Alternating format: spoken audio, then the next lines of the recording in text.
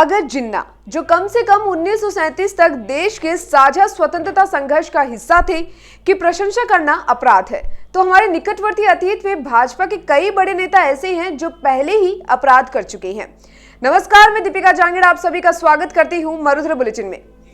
जब आप ये पंक्तियां सुन रहे हैं तब 31 अक्टूबर यानी सरदार वल्लभ भाई पटेल की 146वीं जयंती को 10 दिन से ज्यादा बीत गया है, लेकिन भारतीय जनता पार्टी को अभी भी ये बात सालती आ रही है कि उक्त अवसर पर हरदोई में सरदार की याद में आयोजित एक कार्यक्रम में उसकी प्रतिद्वंदी समाजवादी पार्टी के सुप्रीमो अखिलेश यादव ने पाकिस्तान के संस्थापक व मुस्लिम लीग के नेता मोहम्मद अली जिन्ना को राष्ट्रपिता महात्मा गांधी, सरदार वल्लभ भाई पटेल और पंडित जवाहरलाल नेहरू की प्रांत में खड़ा कर दिया है। यूं तो अखिलेश ने सिर्फ एक ऐतिहासिक तथ्य याद दिलाया था, वो ये था कि महात्मा गांधी, सरदार पटेल, जवाहरलाल नेहरू और जिन्ना ने लंदन स्थित एक ही संस्थान से बैरिस्ट्री की पढ़ाई की थी और आजादी की लड़ाई में कभी किसी संघर्ष से पीछे नहीं हटे। ये कहीं से भी जिन्ना का महिमा मंडन नहीं था, जिसका आरोप लगाकर भाजपा नेता अभी तक करते आ रही है कितनी सारी मांगे। अखिलेश को इसके लिए माफी भी मांगनी चाहिए। उनमें से एक ने तो अखिलेश को यह तक सुझाव दे डाला कि उन्हें अपना नाम बदलकर अखिलेश अली जिन्ना कर लेना चाहिए। ये नेता ऐसा नहीं कर पाते। अगर उन्हें या उनकी पार्टी को अपनी गिरेबान में झांकने की जरा भी आदत होती, क्योंकि अगर जिन्ना की, जो कम से कम 1937 तक देश के साझा स्वतंत्रता संघर्ष का हिस्सा थे, प्रशंसा करना अपराध है, तो हमारे निकटवर्ती अतीत में भाजपा के कई बड़े नेता ऐसा अपराध पहले ही कर चुके हैं।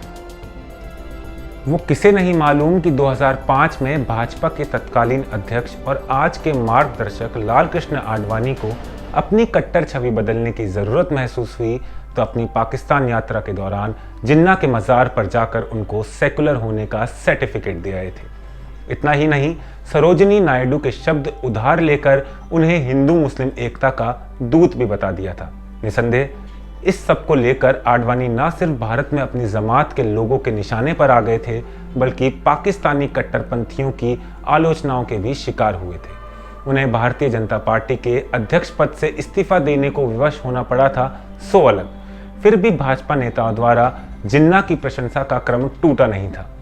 2009 में उसके वरिष्ठ नेता जसवंत सिंह ने अपनी जिन्ना इंडिया पार्टीशन इंडिपेंडेंस शीर्षक पुस्तक में जिन्ना को देश के विभाजन का अकेला जिम्मेदार मानने से इनकार कर दिया और लिखा कि इस जिम्मेदारी में वल्लभ भाई पटेल व जवाहरलाल नेहरू का भी हिस्सा था।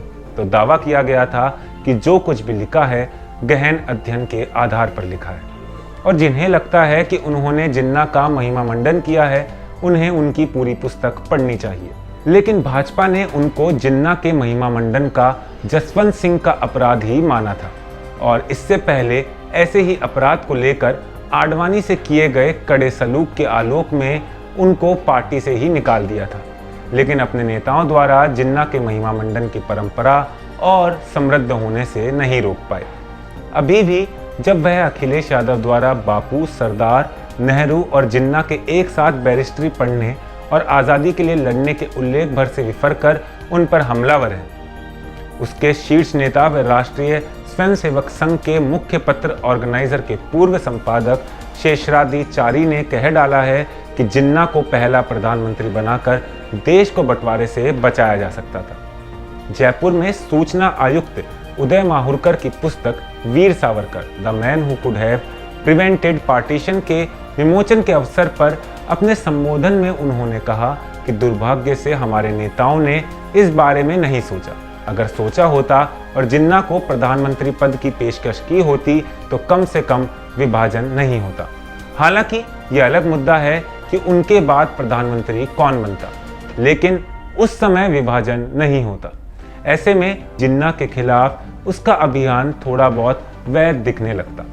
अगर वह शेषरादी चारी द्वारा जिन्ना के महिमा मंडन को लेकर उनके खिलाफ वैसा ही कड़ा रवैया अपनाती जैसा उसने कभी लाल कृष्ण आडवाणी और जसवंत सिंह के खिलाफ अपनाया था।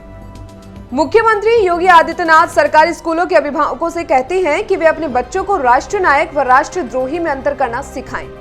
तो कई इलाकों से ऐसे प्रति प्रश्न उठने लग जाते हैं जिनसे बाजी भाजपा के हाथ से निकल जाने का अंदेशा और ज्यादा बढ़ जाता है।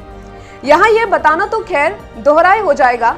इसके अलावा हमारे साझा स्वतंत्रता संघर्ष को लेकर भारतीय जनता पार्टी की असहजता नई नहीं, बल्कि उसके पूर्वाधार और पितृ संगठन राष्ट्रीय स्वयंसेवक संघ जितनी पुरानी है।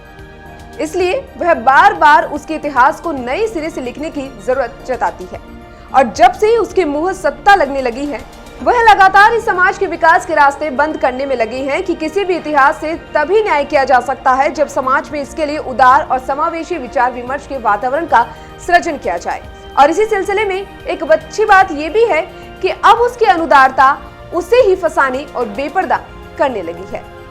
फिलहाल के लिए इस खास खबर में इतना ही, और तमाम खबरों में बने रहने के लिए आप देखते रहिए मरुधर बुलेटिन। नमस्कार।